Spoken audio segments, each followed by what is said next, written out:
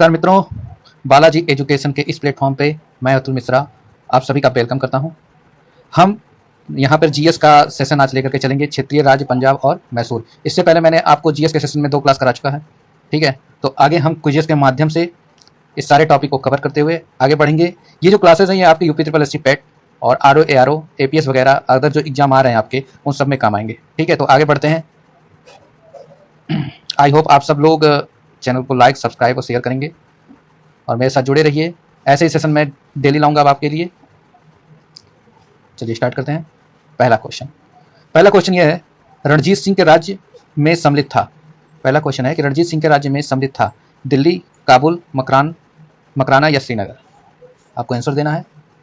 तो रणजीत सिंह के राज्य में सम्मिलित था क्या? श्रीनगर, ठीक है। रणजीत सिंह के राज्य में श्रीनगर सम्मिलित था।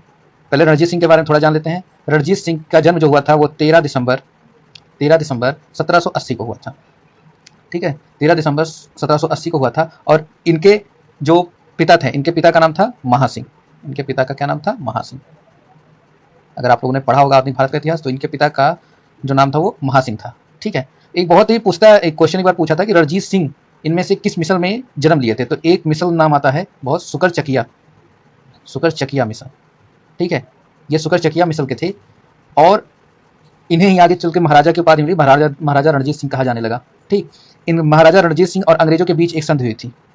महाराजा रणजीत सिंह और अंग्रेजों के बीच एक संधि हुई थी, बहुत जानी मानी संधि, जिसको आप लोगों ने सुना होगा, अमृतसर की संधि। ठीक है, अमृतसर की संधि हुई थी महाराजा रणजीत सिंह और अंग्रेजों के बीच। ये जो संधि हुई थी ये 25 अप्रैल 1809 को हुई थी। 25 अप्रैल 1809 को हुई थी, रणजीत सिंह और अंग्रेजों के बीच में हुई थी, ठीक। इस संधि में हुआ क्या था? इस संधि में यह कहा गया था कि रणजीत सिंह का जो राज्य है वो सतलज के पार के राजाओं के सतलज के पार के राजाओं के जो ऊपर जो प्रभुत्व है वो नहीं जमाएंगे, ठीक है। मतलब रणजीत सिंह का जो राज्य रहेगा वो सतलज के इस पार रहेगा, उस पार नहीं, ठीक। इस तरह जो कहा जाता है कि जो इनका रणजीत सिंह का सपना था कि पूर्व की तरफ वो प्रसार करें अपने राज्य का, वो खत्म कर दिया गया था इस संधि के द्वारा, ठीक है। और तब रणजीत सिंह ने पश्चिम की तरफ प्रसार करना स्टार्ट किया। अभी आगे चलेंगे तो देखेंगे। पश्चिम की तरफ जब वो प्रसार करते हैं तो इनकी मुलाकात होती है सहसुजा से इनकी मुलाकात होती है। और यहीं पर फिर सहसुजा इनको भेंट करता है क्या? कोहिनूर का हीरा, ठीक है। तो इस क्वेश्चन का आंसर रणजीत सिंह के राज्य में सम्मिलित था। चलते हैं नेक्स्ट क्वेश्चन पे।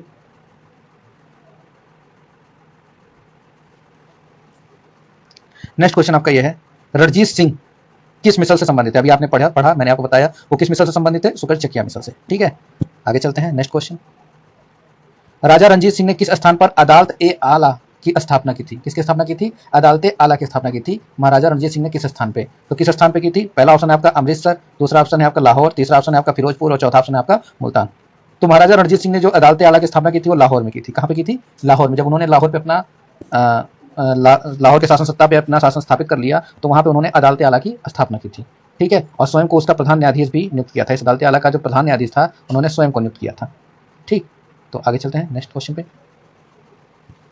अगला क्वेश्चन है, रणजीत सिंह ने सुप्रसिद्ध कोहिनूर हीरा प्राप्त किया था। अभी मैंने आपको बताया रणजीत सिंह ने सुप्रसिद्ध कोहिनूर हीरा किससे प्राप्त किया था? तो शाहसुजा से प्राप्त किया था। देखिए हुआ क्या था, जब पंजाब, चूंकि जो पंजाब था, ठीक है, पंजाब जो था उस पर अहमद शाह अब्दाली ने उसको अपने कब्जे में कर लिया था, ठीक है। अहमद शाह अब्दाली ने उसको अपने कब्जे में कर लिया था। उसके बाद क्या हुआ, जब ये अहमद शाह अब्दाली की मृत्यु हो गई, ठीक है, अहमद शाह अब्दाली की मृत्यु हो गई, लगभग 1773 में ये इसकी डेथ हो गई। और जब डेथ हो गई तो इसके राज्य जो थे वो कई छोटे भागों, ठीक है, कई छोटे मोटे भागों को छोड़कर शेष पर सिख मिसलों का अधिकार हो गया था, ठीक है। इस अहमद शाह अब्दाली के जो क्षेत्र जो जीते थे उन सब पे सिखों का अधिकार हो गया था, ठीक। और एक तरफ ये सब अधिकार होता जा रहा था भारत में, जिस पे अहमद शाह अब्दाली ने अपने जिन राज्यों पे आक्रमण किया था उस पर। दूसरी तरफ क्या हुआ कि अफगानों में आंतरिक युद्ध छिड़ गया। तो जो ये जो शाहसुजा था, ठीक है, ये शाहसुजा जो था ये अहमद शाह अब्दाली का पौत्र था। क्या था? पौत्र था।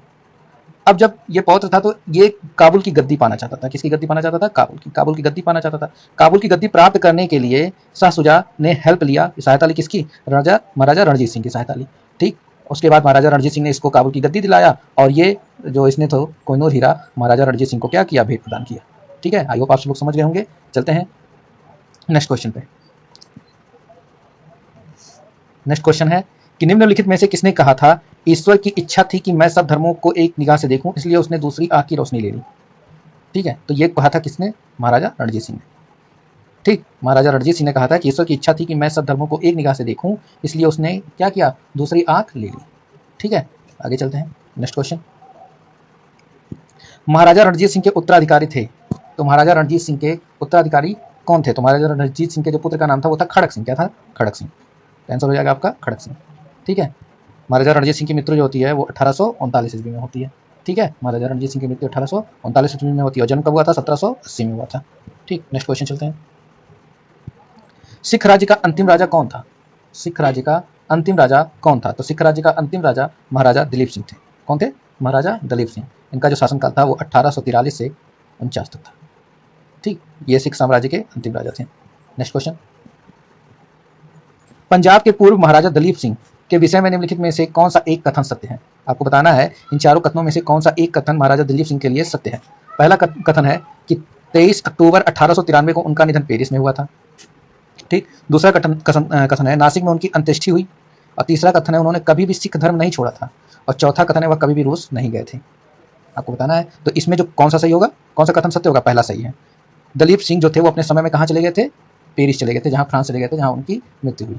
ठीक है, तो जबकि ये जो बात है कि जो दिलीप सिंह थे ये पेरिस में, फ्रांस में इनकी मृत्यु हुई थी, बाकी सारे कथन, ये जो जितने भी कथन है, उन्होंने कभी भी सिख धर्म नहीं छोड़ा था, ये भी गलत है।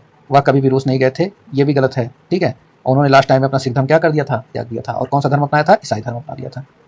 ठीक, महाराजा दलीप सिंह। चलते हैं नेक्स्ट क्वेश्चन पे। नेक्स्ट क्वेश्चन है सिख साम्राज्य का अंतिम शासक, सिख साम्राज्य का अंतिम शासक कौन था? तो आपने अभी पढ़ा सिख साम्राज्य का अंतिम शासक कौन था? दिलीप सिंह थे। सिख साम्राज्य का अंतिम शासक दिलीप सिंह थे। ठीक है, पहले तो इनको अंग्रेजों ने पेंशन दे करके कहाँ भेजा था? पेंशन दे करके ब्रिटेन भेज दिया था। ठीक, इनकी अंग्रेजों ने, फिर वहाँ से वो कई जगह पे गए, फिर लास्ट में पेरिस के, फ्रांस में, पेरिस में जो कि फ्रांस में है, जा करके इनकी क्या हो गई? मृत्यु हो गई। ठीक है, उसके बाद नेक्स्ट चलते हैं अगले क्वेश्चन पे। आई होप आप लोग को अच्छा लग रहा होगा। पंजाब के विलय के पश्चात पंजाब पर शासन करने के लिए निम्नलिखित में से कौन 3 की परिषद का सदस्य नहीं था? ठीक है, फिर से क्वेश्चन पढ़ दे रहा हूँ। पंजाब की शासन के लिए निम्नलिखित में से कौन 3 की परिषद का सदस्य नहीं था? तो इसमें से आपको आंसर बताना है कि 3 के परिषद का सदस्य इनमें से कौन नहीं था। ठीक, तो यहाँ पे देखिए ए, अगर हम ए की बात करें, H.M. इलियट। ठीक, तो H.M. इलियट और रॉबर्ट मॉन्टगोमरी, ये जो 2 लोग थे, ये इसके सदस्य नहीं थे 3 परिषद के। बाकी Lawrence, saint sir Henry Lawrence और जॉन लॉरेंस, ये दोनों उस परिषद के 3 के परिषद के सदस्य थे जो पंजाब पर शासन करने के लिए बनाया गया था। ठीक है, अच्छा, जब पंजाब पे जो शासन स्थापित किया था वो किसने, किस गवर्नर जनरल ने स्थापित किया था? तो जब अगर ऐसा क्वेश्चन आया तो किसने किया था? लॉर्ड डलहौजी ने। लॉर्ड डलहौजी ने किया था। कब किया था? 1849 में। ठीक है, और 1849 में ही इसने जो था इन 3 की परिषद बनाई हुई थी। ठीक है, 3 की परिषद का गठन किया था, जिसमें जो सर हेनरी लॉरेंस थे ये अध्यक्ष थे इसके, इनको अध्यक्ष बनाया गया था। और जॉन लॉरेंस एक और सदस्य थे, और इनके साथ एक और सदस्य चार्ल्स ग्रेनविल मॉन्सेल, ये दूसरे सदस्य थे। ये 3 सदस्यों की ये परिषद बनाई गई थी। ठीक, आगे चलते हैं नेक्स्ट क्वेश्चन पे। प्रथम आंग्ल मैसूर युद्ध कब से कब तक? 1766 से 69। प्रथम आंग्ल मैसूर युद्ध में कौन विजयी हुआ था? तो आप सभी को पता है प्रथम आंग्ल मैसूर युद्ध में कौन विजयी हुआ था? हैदर अली विजयी हुआ था। 3 आंग्ल मैसूर युद्ध हुए थे, तो प्रथम आंग्ल मैसूर युद्ध में कौन विजयी हुआ था? हैदर अली विजयी हुआ था। किससे? अंग्रेजों से। ठीक, चलते हैं नेक्स्ट क्वेश्चन पे। और इसी युद्ध में, प्रथम आंग्ल मैसूर युद्ध में किस चीज़ की संधि हुई थी? संधि भी पूछता है कई बार कि अंग्रेजों और हैदर अली के बीच किसकी संधि हुई थी? तो हुई थी मद्रास की संधि। तो मद्रास की संधि जो कि 4 अप्रैल 1769 को हुई थी। ठीक है, ये किस युद्ध का परिणाम है? ये है प्रथम आंग्ल मैसूर युद्ध का। ठीक, आगे चलते हैं। निम्नलिखित में से कौन 1755 में डिड्डी गुल मैसूर में एक आधुनिक शस्त्रागार की स्थापना की है? तो एक आधुनिक शस्त्रागार की स्थापना इनमें से कौन की है? पहला ऑप्शन है नंजराय, दूसरा ऑप्शन है हैदर अली, तीसरा ऑप्शन है देवराज और चौथा ऑप्शन है चिक्का कृष्णराज। तो किसने की थी? हैदर अली ने की थी। पश्चिम के तौर पे इन्होंने आधुनिक शस्त्रागार की स्थापना की थी, हैदर अली ने। ठीक है, हैदर अली ने पश्चिम मॉडल के आधार पर ही अपने आधुनिक शस्त्रागार की स्थापना की थी। 1742 में देखिए हुआ क्या था कि 1742 में एक व्यक्ति था वेंकट राय। ठीक है, वेंकट राय, वेंकट राय के नेतृत्व में मैसूर सेना ने डिंडीगुल पर विजय प्राप्त की थी। ये डिंडीगुल जो स्थान है, यहाँ पर मैसूर सेना ने विजय प्राप्त की थी। फिर 1755 में मैसूर के महाराजा ने स्थिति को संभाल लिया और हैदर अली को कहाँ भेजा था? डिंडीगुल की जाओ, ठीक है, वहाँ पे युद्ध करके आओ या जीत कर, ठीक है। 1755 में हैदर अली ने यहाँ पे अपना कब्जा कर लिया डिंडीगुल में, ठीक है, और इसको एक सैन्य चौकी में बदल दिया था और उसे आधुनिक तौर पर फ्रांसीसियों की मदद से बनाया था, आधुनिक तौर पर, ठीक है। आगे चलते हैं नेक्स्ट क्वेश्चन पे। नेक्स्ट क्वेश्चन है, ब्रिटिश जनरल जिसने हैदर अली को पोर्टो नोवो के युद्ध में हराया, ठीक, वह ब्रिटिश जनरल जिसने हैदर अली को पोर्टो नोवो के युद्ध में हराया, ठीक है। अच्छा, ये पोर्टो नोवो का युद्ध हुआ क्या था, कब था? 1781 ईस्वी में हुआ था, ठीक है। पोर्टो नोवो का जो युद्ध हुआ था वो 1781 ईस्वी में हुआ था। किसके किसके बीच? हैदर अली और अंग्रेजों की तरफ से सर आयकर कूट, ठीक है, इन दोनों के मध्य हुआ था। अगला क्वेश्चन, नेक्स्ट क्वेश्चन है, टीपू सुल्तान ने अपनी राजधानी बनाई, तो टीपू सुल्तान ने अपनी राजधानी कहाँ बनाई थी? श्रीरंगपट्टनम। टीपू सुल्तान ने अपनी राजधानी श्रीरंगपट्टनम में बनाया और यहीं पे इन्होंने, कई बार क्वेश्चन पूछ लेता है, जैकोबिन क्लब की स्थापना की और खुद उसका सदस्य बने, ठीक। आगे चलते हैं नेक्स्ट क्वेश्चन पे। निम्नलिखित भारतीय शासकों में से कौन था जिसने विदेशों में आधुनिक पद्धति से दूतावास स्थापित किया? इनमें से कौन था जिसने विदेशों के तर्ज पे आधुनिक पद्धति से दूतावास स्थापित किया था विदेशों से, ठीक है। तो किसने किया था ये? आपके पास ऑप्शन है हैदर अली, मीर कासिम शाह आलम और टीपू सुल्तान। तो देखिए, इसमें अगर आप देखेंगे तो टीपू सुल्तान ने ये काम किया था। टीपू सुल्तान ने विदेशी तर्ज पे ही आधुनिक दूतावास नियुक्त किए थे, ठीक है, विदेशों में। नेक्स्ट क्वेश्चन चलते हैं। नेक्स्ट क्वेश्चन है, टीपू सुल्तान ने ब्रिटिश सेना को 1780 में हराया था कहाँ पे? हैदराबाद में या पोल्लीपुर में या सेरिंगपट्टनम में या निजामाबाद में? तो इसका आंसर क्या होगा? इसका आंसर होगा पोल्लीपुर। टीपू सुल्तान ने ब्रिटिश सेना को 1780 में कहाँ पे हराया था?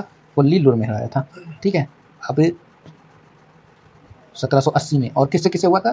तो ये युद्ध हुआ था, इसी को कहते हैं कर्नाटक का युद्ध। एक तरह से क्या कहते हैं? कर्नाटक का युद्ध भी कहते हैं, ठीक है। और इसी युद्ध में किस पे अधिकार किया था इन्होंने? अर्काट पे अधिकार कर लिया था, ठीक। तो आई होप आप लोग को समझ में आया होगा। और इस युद्ध का नेतृत्व ब्रिटिश सेना की तरफ से कौन कर रहा था? ये भी क्वेश्चन बनता है, तो कौन कर रहा था? हेक्टर मुनरो जो था वो ब्रिटिश सेना का नेतृत्व कर रहा था, ठीक। चलते हैं नेक्स्ट क्वेश्चन पे। अंग्रेजों ने श्रीरंगपट्टनम की संधि किसके साथ की थी? अंग्रेजों ने श्रीरंगपट्टनम की संधि किसके साथ की थी? आपके पास ऑप्शन है हैदर अली, डोपले, टीपू सुल्तान या नंदराज, ठीक है। तो टीपू सुल्तान के साथ अंग्रेजों ने श्रीरंगपट्टनम की संधि की थी और ये संधि कब हुई थी? 1792, ठीक है। क्यों हुई थी ये संधि? तृतीय आंग्ल मैसूर युद्ध हुआ था। कौन सा युद्ध हुआ था? तृतीय आंग्ल मैसूर युद्ध, ठीक है। तृतीय आंग्ल मैसूर युद्ध हुआ था 1790 में, 92 ईस्वी में हुआ था, और मार्च 1792 में फिर श्रीरंगपट्टनम की संधि हुई थी अंग्रेज और टीपू सुल्तान के बीच, ठीक है।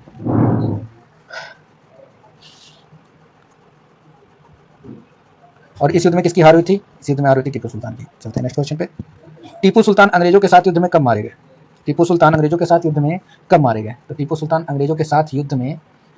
कब मारे गए? आपके पास 4 ऑप्शन है। 1857 में, तो 1857 तो हो ही नहीं सकता। उसके बाद अगर आप इनमें से चारों युद्ध में देखिए तो किसमें मारे गए? 1799 मारे गए, ठीक है। चतुर्थ आंग्ल मैसूर युद्ध हुआ था 1799 में। क्या हुआ था? चतुर्थ आंग्ल मैसूर युद्ध हुआ था। इस युद्ध में टीपू सुल्तान युद्ध करते हुए अंग्रेजों से मारा गया। Next question. अब देखिए, यहाँ सम्मिलित करना है आपको, मतलब मिलाना है, ठीक है। तो आपको बताना है कि कौन सा सही है कौन सा गलत है, ठीक। तो इसमें देखिए, प्रथम आंग्ल मैसूर युद्ध में हैदर अली पराजित हुआ था, कौन एक सम्मिलित है? तो ये तो गलत हो गया ना, हैदर अली जीता था। हैदर अली प्रथम आंग्ल मैसूर में था ही नहीं, ठीक है। सॉरी, प्रथम आंग्ल मैसूर युद्ध, हाँ, प्रथम आंग्ल मैसूर युद्ध में हैदर अली था, और हैदर अली क्या हुआ था? विजयी हुआ था अंग्रेजों से। तो पराजित वर्ड तो आना ही नहीं चाहिए, तो ये वाला ऑप्शन गलत हो गया। द्वितीय आंग्ल मैसूर की युद्ध की बात करें तो द्वितीय आंग्ल मैसूर युद्ध में कौन विजय हुआ था? द्वितीय आंग्ल मैसूर युद्ध, अच्छा, प्रथम आंग्ल मैसूर युद्ध कब हुआ था? ये हुआ था 1767-69 में, ठीक है। द्वितीय आंग्ल मैसूर युद्ध कब हुआ था? 1780 से 84 में, ठीक। अब इस युद्ध में क्या हुआ? हैदर अली ने अंग्रेजों को पराजित किया था, तो ये भी गलत है, ठीक है। इसमें अंग्रेज विजयी हुए थे, ठीक। और हैदर अली को क्या करना पड़ा था? संधि करना पड़ा था। कौन सी संधि कहते हैं उसको? मंगलौर संधि हुई थी। अच्छा, प्रथम आंग्ल मैसूर युद्ध में कौन सी संधि हुई थी? मद्रास की संधि हुई थी। अभी पढ़े हम लोग इसको, मद्रास की संधि हुई थी। तृतीय आंग्ल मैसूर युद्ध की बात करें तो तृतीय आंग्ल मैसूर युद्ध में, ठीक है, टीपू सुल्तान युद्ध जीता और अपना भूभाग अंग्रेजों को नहीं दिया, ठीक। टीपू सुल्तान क्या तृतीय आंग्ल मैसूर युद्ध में जीता था? तो नहीं जीता था, क्योंकि इसी युद्ध में क्या हुआ था? श्रीरंगपट्टनम की संधि हुई थी, ठीक, तृतीयांग मैसूर युद्ध अगर पूछा कब से कब तक हुआ तो ये हुआ था 1790 से 92 में। ठीक है, और इस युद्ध में श्रीरंगपट्टनम की संधि हुई थी। ठीक, तो ये नहीं बोलना है। चतुर्थांग मैसूर युद्ध का देखा जाए तो चतुर्थांग मैसूर युद्ध कब हुआ था? 1799 ईस्वी में, 1799 में हुआ था, और इस युद्ध में टीपू पराजित किया गया, सही है, और युद्ध के मध्य दिवंगत हो गया। तो कौन सा ऑप्शन आपका सही है? केवल चौथा ऑप्शन आपका सही है, बाकी सारे गलत हैं। ठीक है, नेक्स्ट क्वेश्चन चलते हैं।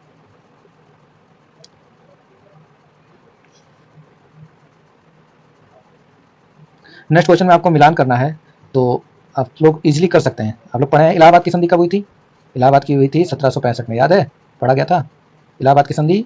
अरे शाह आलम द्वितीय और अंग्रेजों के बीच हुई थी ना इलाहाबाद की संधि, तो कब हुई थी? 1765 में। तो एक में देख लीजिए, ए में 4 किस कहाँ दिखा रहा है? यहाँ दिखा रहा है, तो ये दो ऑप्शन आपके कट गए अपने आप। ठीक, अब इन्हीं दोनों में से कोई आंसर होगा। अब चलते हैं, आपको देखेंगे तो सी और डी में, बाकी तो इसमें सेम है। अगर देखें तो सी में 1 होगा कि डी, तो यहाँ पे अगर सालाबाई और मद्रास की संधि, तो आपको मद्रास की संधि याद होगा। मद्रास की संधि कब हुई थी? मद्रास की संधि कब हुई थी? तो ये हुई थी 1700, रुकिए, हाँ, मद्रास की संधि कब हुई थी? तो मद्रास की संधि आपकी हुई थी 1782 में। कब हुई थी? 1782। तो सी नंबर ये ऑप्शन आपका गलत हो जाएगा, सी नंबर ऑप्शन आपका सही। ठीक है, तो सही मिलान क्या होगा? 4 2 1 3। चलते हैं नेक्स्ट क्वेश्चन पे। अच्छा, ये दिमाग में आ सकता है ना कि ये सालाबाई की संधि, दिमाग में आ सकता है कि ये सालाबाई की संधि क्या है, जो 1769 में हुआ था। तो सालाबाई की जो संधि हुई थी वो प्रथम आंग्ल मराठा युद्ध में, किसमें हुई थी? प्रथम आंग्ल मराठा जो युद्ध हुआ था, आंग्ल मराठा युद्ध हुआ था, उसमें महादजी सिंधिया और अंग्रेजों के बीच हुआ था। महादजी सिंधिया और अंग्रेजों के मध्य हुआ था। ठीक है, तो कोई कंफ्यूजन नहीं रहेगा। मंगलोर की संधि, मंगलोर की संधि आपको पता है द्वितीय आंग्ल मैसूर युद्ध में हुआ था। ठीक, तो इसको भी याद रखिएगा, ये सारी संधियां बहुत इंपॉर्टेंट है, बार बार एग्जाम में पूछी जाती हैं। नेक्स्ट क्वेश्चन पे चलते हैं। अगला क्वेश्चन है, बेगम समरू ने एक अति प्रसिद्ध चर्च का निर्माण कराया, कहाँ पे? तो बेगम समरू ने सरधना में, कहाँ पे? सरधना में, सरधना में एक प्रसिद्ध चर्च का निर्माण कराया। अच्छा, ये सरधना है कहाँ? उत्तर प्रदेश में है, उत्तर प्रदेश में मेरठ में, मेरठ में ये सरधना है। ठीक है, नेक्स्ट क्वेश्चन चलते हैं। नेक्स्ट क्वेश्चन है, निम्न कथनों में से कौन सा एक सही नहीं है? निम्न कथनों में से कौन सा एक सही नहीं है? पहला कथन है, अली मर्दान खान ने बंगाल में राजस्व कृषि पद्धति प्रारंभ की। ठीक, अली मर्दान खान ने बंगाल में एक राजस्व कृषि पद्धति स्टार्ट की, तो ये तो सही है। ठीक है, क्योंकि बंगाल में जो राजस्व कृषि पद्धति है, उसको स्टार्ट करने का श्रेय अली मर्दान खान को ही जाता है। ठीक, दूसरा ऑप्शन तो ये वाला तो सही हो गया। दूसरा देखें, महाराजा रणजीत सिंह ने लाहौर में तोपों के निर्माण के लिए आधुनिक ढलाई खाने, तो अभी आपने पढ़ा, मतलब ये पढ़ा, अगर पढ़े हुए होंगे आपने, स्पेक्ट्रम थोड़ा सा भी पढ़ा होगा, तो ये दिया हुआ है। ठीक है, महाराजा रणजीत सिंह ने लाहौर में तोपों के निर्माण के लिए आधुनिक ढलाई खाने की स्थापना की थी। ठीक है, उन्होंने तोप खाने पर अधिक बल दिया था। ठीक, लाहौर में भी स्थापित किया था, और अमृतसर में भी उन्होंने तोपे, गोलों और बारूद के जो कारखाने थे वो स्थापित किए थे, तो ये भी सही हो गया। सी ऑप्शन देखें, आमेर में सवाई जयसिंह ने यूक्लिड के रेखागणित तत्वों का संस्कृत में अनुवाद किया। ठीक है, तो ये भी सही है, क्योंकि सवाई जयसिंह जो थे उन्होंने यूक्लिड के रेखागणित के तत्वों का तो संस्कृत में अनुवाद कराया ही, साथ ही उन्होंने जयपुर, दिल्ली, बनारस, इन सब जगहों पे 5 वेधशालाओं की स्थापना भी की है। ठीक है, वेधशालाओं की स्थापना भी की है, तो ये भी क्वेश्चन ये भी सही है। लास्ट टाइम मैसूर में टीपू सुल्तान ने श्रृंगेरी मंदिर में देवी शारदा की मूर्ति के निर्माण के लिए धन दिया। ठीक है, तो निर्माण के लिए धन दिया, ये गलत है। श्रृंगेरी मंदिर में देवी शारदा की मूर्ति के निर्माण के लिए धन दिया, ये गलत है।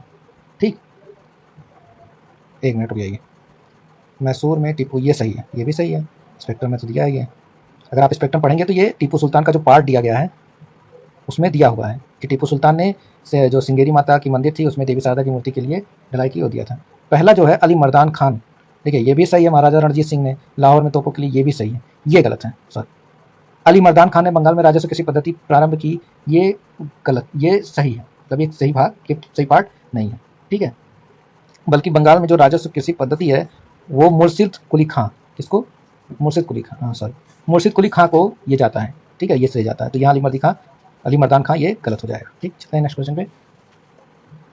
नेक्स्ट क्वेश्चन है, पानीपत के तृतीय युद्ध में अहमद शाह अब्दाली ने इब्राहिम लोदी को पराजित किया। आपको इन कथनों पर विचार करना है। पानीपत के तृतीय युद्ध में अहमद शाह अब्दाली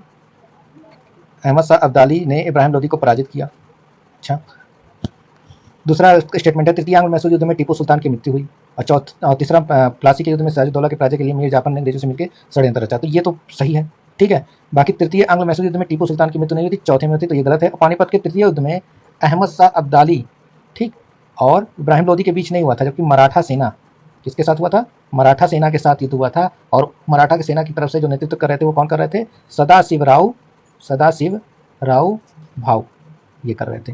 ठीक है, इसी के बाद मराठा जो सैन्य अभियान या मराठा साम्राज्य का विध्वंस हो गया एक तरह से। ठीक है, तो ये भी आपका गलत है, तो आपका कौन सा आंसर सही हो जाएगा? केवल 3। ठीक, चलते हैं नेक्स्ट क्वेश्चन पे। नेक्स्ट क्वेश्चन है, रॉबर्ट क्लाइव बंगाल के प्रथम गवर्नर जनरल थे। रॉबर्ट क्लाइव बंगाल के प्रथम गवर्नर जनरल थे, तो ये आपका क्या है? रॉबर्ट क्लाइव बंगाल के प्रथम गवर्नर जनरल थे, क्या ये सही है या गलत? ये स्टेटमेंट बताइए आप सब।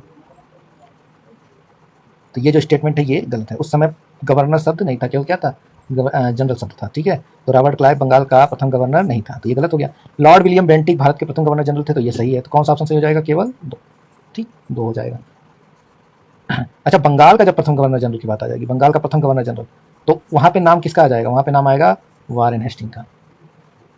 वारेन हेस्टिंग का। कब से कब तक? 1774 ईस्वी में वो बना था। ठीक है, 1774 ईस्वी में। और भारत का प्रथम गवर्नर जनरल की बात आ गई तो लॉर्ड विलियम बेंटिक कब बना था? 1833 ईस्वी में।